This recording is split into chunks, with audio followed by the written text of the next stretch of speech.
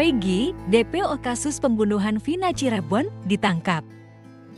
Pengusutan kembali kasus pembunuhan yang dialami Vina dan pacarnya Rizky alias Iki di Cirebon perlahan mulai menemui titik terang. Satu DPO atas nama Peggy Setiawan alias Perong kini sudah ditangkap Polda Jawa Barat Jabar. Direktur Reserse Kriminal Umum Dirkrimum Polda Jabar Kombes Surawan mengatakan Peggy sudah ditangkap di Bandung tadi malam. Saat ini dia sudah diamankan untuk dimintai keterangan. Peggy alias Perong diketahui menjadi DPO kasus Vina Cirebon bersama Andi dan Dani. Tapi Surawan belum memberikan rincian lebih lanjut mengenai penangkapan tersebut.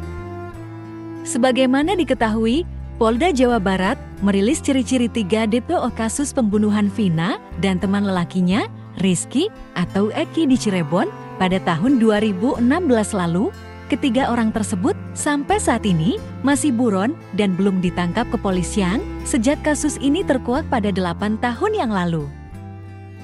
Adapun ketiga DPO ini diketahui bernama Andi, Dani, dan Peggy alias Perong. Meski belum diketahui apakah identitas ketiganya ini asli atau bukan, Polda Jabar lalu menggambarkan bagaimana ciri-ciri ketiga DPO tersebut. Andi saat ini diperkirakan berumur 31 tahun. Ia memiliki tinggi badan 165 cm, berbadan kecil, rambut lurus dengan kulit hitam. Kemudian, Dani diperkirakan sekarang berumur 28 tahun. Ia memiliki tinggi 170 cm dengan ukuran badan sedang, rambut keriting, dan kulit sawo matang. Sedangkan Peggy alias Perong diperkirakan sekarang berumur 31 tahun, perawakannya kecil dengan tinggi badan 160 cm, rambut keriting, dan kulit hitam.